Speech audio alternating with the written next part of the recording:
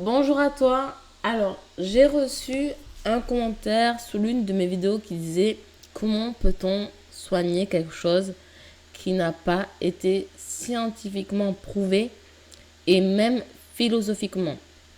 Et je trouve cette question extrêmement intéressante parce qu'elle mérite qu'on s'y arrête quelques minutes.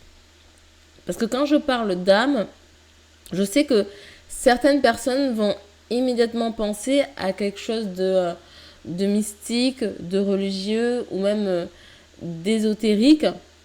Et pour d'autres, ce mot n'a absolument aucun sens. Et c'est totalement respectable. Mais aujourd'hui, j'aimerais justement te proposer une autre lecture.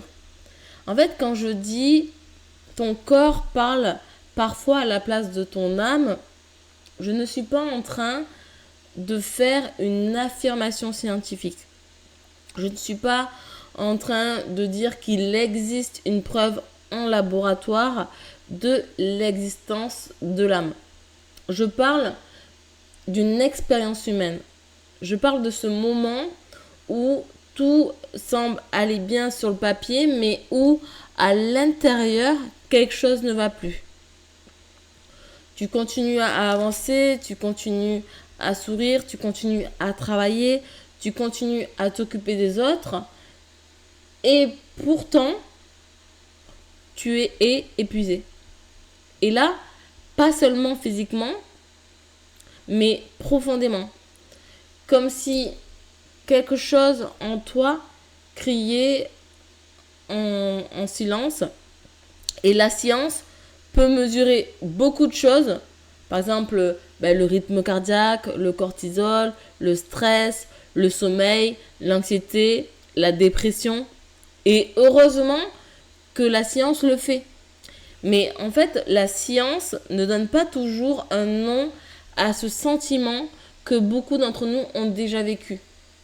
Celui, par exemple, de ne plus se reconnaître, celui d'avoir perdu le contact avec soi-même, celui d'avoir l'impression de vivre une vie qui, en fait, ne nous ressemble plus. Certains appelleront cela une fatigue émotionnelle. D'autres l'appelleront un mal-être existentiel. D'autres même appelleraient ça encore une crise identitaire.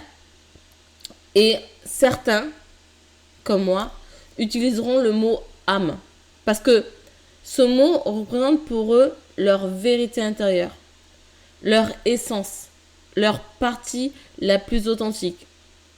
Et au fond, en fait, peu importe le mot, ce qui compte, c'est vraiment ce qu'il décrit. Car personne, en fait, n'a besoin qu'une prise de sang confirme qu'il souffre intérieurement pour ressentir sa souffrance, d'accord? Ou pour légitimer sa souffrance. Personne n'a besoin qu'un scanner valide son vide intérieur pour savoir qu'il existe. Personne n'a besoin qu'une étude scientifique démontre sa perte de sens pour vivre cette perte de sens. L'expérience humaine est parfois plus vaste que les mots que nous utilisons pour la raconter. Et je crois qu'il est possible de respecter la science tout en respectant le vécu des êtres humains. En fait, les deux ne sont pas ennemis. Lorsque je parle de réalignement, je ne prétends pas soigner une âme au sens médical, même si je m'appelle docteur de l'âme. Je parle d'apprendre à s'écouter, de ralentir, de questionner ses choix, de retrouver du sens, de reconstruire sa confiance. En fait, de remettre de la cohérence entre ce que l'on ressent et la façon dont on vit.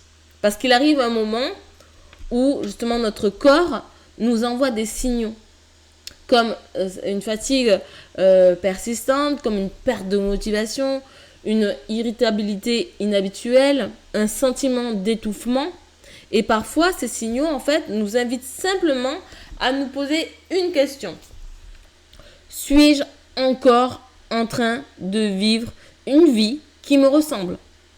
Alors, peut-être que tu crois à l'âme, peut-être que tu n'y crois pas, et c'est parfaitement ton droit.